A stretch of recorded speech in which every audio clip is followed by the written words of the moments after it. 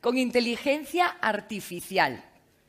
Ricardo Arjona es ingeniero industrial y fundó Easy2C hace casi 3 años, donde datos, indicadores y modelos matemáticos predicen el futuro y ayudan a la ingeniería, a la industria agroalimentaria a tomar las mejores decisiones en el mejor momento. Pero su carrera viene de largo, aunque esta startup, hay que decirlo, arrasó y ya están trabajando fuera de nuestras fronteras. Pero su carrera viene de largo, comenzó trabajando con energías renovables y biomasa, llegando a ser presidente ejecutivo y director de la unidad de biotecnología de Abengoa. Dice en su perfil una frase que me ha gustado mucho, que la quiero remarcar porque utiliza una palabra que en mi profesión es fundamental. Dice: creo que el rigor como herramienta, junto con otros valores, es la clave del éxito. Por favor, señor Arjona, cuando quiera, su momento. Buenos días. Muchas gracias por presentarme tan amablemente. Fernando, primero te tengo que confesar que cuando Asian me invitó y me dijo que quería que hablase de cómo los ingenieros podemos ayudar a las empresas a gestionar el cambio, pues de las últimas conferencias a las que me han invitado es la primera en la que pienso que el que me invita no es un irresponsable, porque quizá de eso puedo hablar. Yo soy un ingeniero que ha trabajado de técnico, soy un ingeniero que ha trabajado de gestor, soy un ingeniero que trabaja de empresario y quizá de lo único que sé es de gestionar cambios. La realidad a día de hoy es que estamos en un mundo cambiante, en un mundo que se está modificando y que para las empresas puede ser una amenaza o puede ser una oportunidad. Y nuestra obligación como ingenieros es hacer que esto sea una oportunidad. Y no es nada nuevo. El mundo ha cambiado siempre y los ingenieros hemos ayudado siempre a las empresas a cambiar. Yo creo que el cambio actual tiene 3 características que lo hacen algo distinto, pero no demasiado. La primera es que es muy rápido. Estamos cambiando demasiado rápido y nos cuesta adaptarnos. Por tanto, va a haber más gente que muera en el proceso de adaptación y va a haber más gente que tenga éxito porque se pueda adaptar y coger los espacios que queden libres. La segunda característica es que el cambio, y si hablamos de un cambio tecnológico, no está afectando solo a procesos productivos, no está afectando solo al producto, está afectando a cómo hacemos negocios, está afectando a cómo vendemos, está afectando a quiénes son nuestras competencias, está afectando dónde vendemos, cómo llegamos a nuestros clientes. Todo eso es algo distinto a lo que estamos habituados. Nosotros hablamos de tecnología y hablamos de procesos, hablamos de tecnología y hablamos de productos. Y ahora resulta que hablamos de tecnología y hablamos de ventas, y hablamos de tecnología y hablamos de recursos humanos. Entonces, estamos aplicando tecnología en campos donde habitualmente no se había aplicado tecnología. Y después tiene una tercera característica que es el miedo.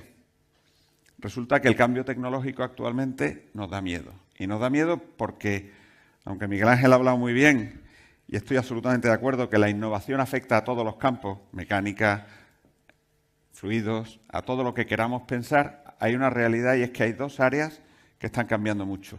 Uno es el área de inteligencia artificial y nos da miedo porque puede venir una máquina y hacer mejor que nosotros algo. Eso asusta y hay que gestionarlo. Y el segundo tema, pues la segunda área es la biotecnología. Resulta que alguien puede hacer hijos mejores que los nuestros, hijos más guapos que los nuestros, hijos más listos que los nuestros. Eso también nos da miedo. Por tanto, estamos en un entorno cambiante, en un entorno que está cambiando en áreas donde no estábamos acostumbrados a que hubiera cambios y además nos asustamos de ese cambio. Entonces, eso hace que quizá la gestión del cambio tenga que ser algo diferente o algo distinta. Yo tengo grabada una empresa de California de biotecnología que se dedicaba a hacer enzimas y desarrolló unos procedimientos para modificar sus organismos y tener los mejores enzimas del mundo y lo consiguió. Y se fue al garete, se fue a concurso.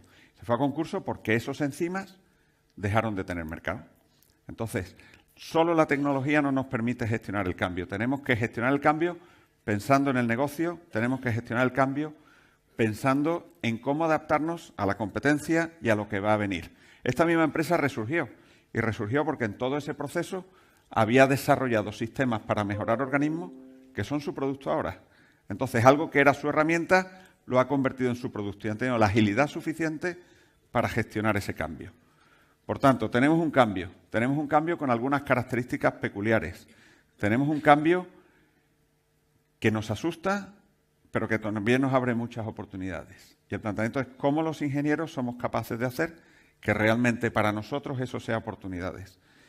Ya os digo, yo pensé que esto iba a ser muy fácil para mí y cuando me preparaba la conferencia, pues no se me ocurría qué decir.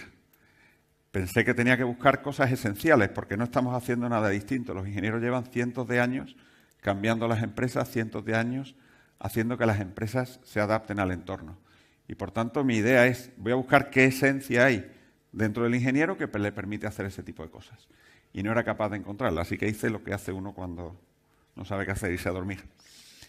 Y durmiendo, pues vino el fantasma del pasado, como en el cuento de Navidad de Dickens, y me llevó al pasado. Y me llevó al pasado y me llevó a ver a mis jefes. Yo he tenido la suerte de tener unos jefes magníficos, unos jefes que me han enseñado muchísimo. Y esos jefes quizá han sembrado en mí cosas esenciales y son las que me gustaría traer aquí. El primero fue mi padre, que es ingeniero. Mi padre me enseñó a disfrutar aprendiendo. A mi padre le gusta saber. Y a mí me enseñó a saber disfrutar de aprender. Y aparece una palabra, la primera palabra que se llama curiosidad. En un entorno cambiante tenemos que conocer qué es lo que viene. Tenemos que conocer qué es lo que va a venir. Tenemos que conocer qué es lo que podría venir. Por tanto, tenemos que tener curiosidad. Esa es la palabra primera que el ingeniero tiene que poner en la mesa cuando trata de aprovechar oportunidades. Mi segundo jefe fue mi maestro, Pedro Llero, profesor de la Escuela de Ingenieros de Sevilla. Pedro Llero me mostró que la información hay que manejarla con rigor, que los datos dicen lo que dicen y no dicen lo que queremos decir o lo que queremos que diga. Yo he visto muchas empresas que se han hundido porque pintamos la realidad como nos gustaría que fuese. Y la realidad es la que es. Por tanto, tenemos que ser capaces de analizarla con rigor. Hay un almirante americano, Stockdale, que además de ser candidato a la vicepresidencia de Estados Unidos, fue prisionero de guerra en Vietnam. Y él dejó claro que de los prisioneros que había en el campo, los que eran capaces de sobrevivir eran aquellos que eran realistas en el análisis de su situación. Los optimistas tenían un periodo muy bonito y de pronto se encontraban con el problema y se hundían. Por tanto, las empresas tenemos que ser, o los ingenieros tenemos que ser capaces de que en las empresas la información y la realidad se vea con rigor, se vea como es, porque si no, no podemos abordarla. Después tuve un tercer jefe, Pedro Marín, que ahora mismo es el consejero delegado de INERCO. Pedro Marín me enseñó que las decisiones tienen consecuencias. Las decisiones y las no decisiones. Cualquier cosa que hagamos o dejemos de hacer tiene consecuencias. Y por tanto, cuando tomamos decisiones, tenemos que entender cómo y por qué tomamos decisiones. Aparece la tercera palabra, que se llama responsabilidad. Tenemos que ser capaces de medir las consecuencias de lo que hacemos, las consecuencias de lo que decidimos hacer o de lo que decidimos no hacer. Y eso lo ha tenido el ingeniero siempre. Y lo sigue teniendo y sigue siendo esencial para que podamos modificar y cambiar la situación y adaptarnos a ella. Y después tuve un cuarto jefe, este lo tuve en Estados Unidos, Gerson Santos, que venía del Departamento de Energía. Y Gerson Santos me dejó muy claro que yo podía saber mucho, que yo podía ser muy bueno y que yo no sabía más que dos juntos y que siempre había gente mejor que yo y gente que estaba afuera que sabía más que yo. Y me dijo, en vez de saber tanto, en vez de querer hacer todo tú, ¿por qué no traes a esa gente y lo hacéis juntos? Y aparece la tercera palabra que se llama integración. La cuarta palabra, perdón, que se llama integración. Por tanto, para mí el ingeniero tiene que traer curiosidad, tenemos que saber qué ocurre y qué va a ocurrir, tiene que traer rigor, no podemos dejar que nuestras ilusiones cambien la realidad es la que es.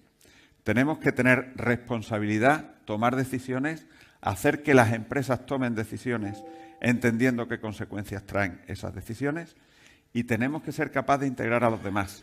Yo he tenido mucha gente trabajando en mi equipo en España y en Estados Unidos y siempre he dicho que yo cambio a 3 ingenieros americanos por un español, menos en 2 cosas. La primera cosa es en la capacidad de vender. Aquí no sabemos vender. Y la segunda cosa es en la capacidad de integrar. Los americanos son capaces de crear equipos mucho más eficientemente que nosotros. Y por tanto, se convierten en algo muy eficiente, aunque sus elementos individuales no sean tan eficientes como los que nosotros podamos tener. Creo que antes habéis hablado de ese tema y lo habéis dejado clarísimo. Por tanto, el fantasma del pasado me trajo 4 palabras. 4 palabras que yo creo que no tienen que cambiar. Y después se fue. Y aparece el fantasma del presente. El fantasma del presente me montó en un coche donde estaba mi hija y 3 amigas que me las llevaba a la playa. Y conforme iba conduciendo me di cuenta que yo llevaba a 5 niñas. Porque estaba Paula, Inés, María, mi hija Luz y Siri. Siri era la 5ª niña. Cuando he entrado al patio, un compañero mío, a quien no voy a nombrar porque le vais a pegar todos, dice, mucha cana por aquí. Digo, bueno, a algunos nos gustaría tener canas. Pero bueno, la realidad es esa. Nosotros vemos el cambio porque venimos de una situación distinta. Las generaciones nuevas no ven el cambio, viven una situación distinta. A mí me impacta cómo tratamos muchas veces de cambiar el cambio por miedo. Y una situación para mí clara ha sido la de Cabify o la de Uber o como queramos llamarlo. Mi hijo, de 16 años, se niega a no tener Cabify. Y estoy seguro que él será capaz de votar si alguien trata de parar el cambio. Porque ellos viven el cambio. A ellos no les asusta la inteligencia artificial. A ellos no les asusta que pueden comprar a alguien que está en China. A ellos no les asusta que venga alguien con una mutación, porque están trabajando con los, ¿cómo se llama?, los zombies. Por tanto, nos encontramos en un mundo donde las generaciones nuevas ya han vivido el cambio y se van a adaptar mucho mejor que nosotros. Y las empresas van a tener que ser capaces de incorporar ese cambio que ya la sociedad lo tiene embebido en sus nuevas generaciones.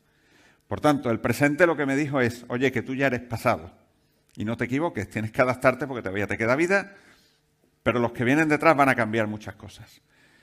Y finalmente vino el fantasma del futuro. Y el fantasma del futuro me llevó a la escuela de ingenieros, donde yo doy clase, por cierto, muy poquito, pero doy clase. Y cuando llegué a la escuela de ingenieros, lo primero que vi es qué lejos estaba. Y eso me preocupó mucho. La escuela de ingenieros está lejos. La escuela de ingenieros cada vez está más lejos de las empresas, más lejos de la realidad.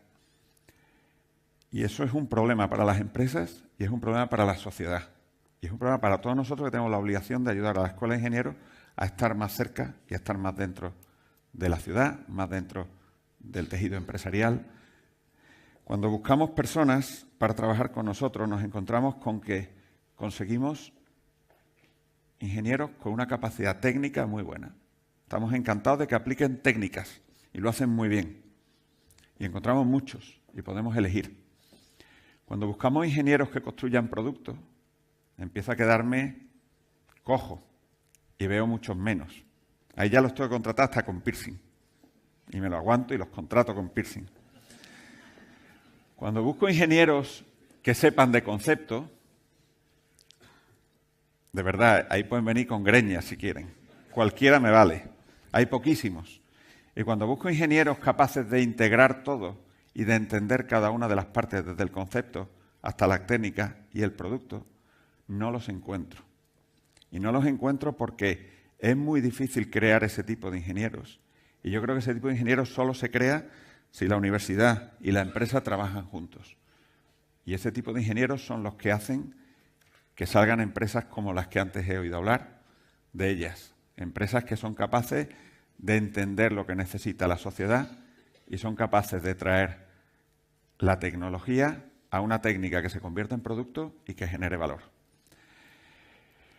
Entonces, ya os digo, yo no he sido capaz de preparar la presentación, pero he tenido ayuda sobrenatural. Fernando, muchas gracias por haberme invitado y ha sido un placer estar aquí.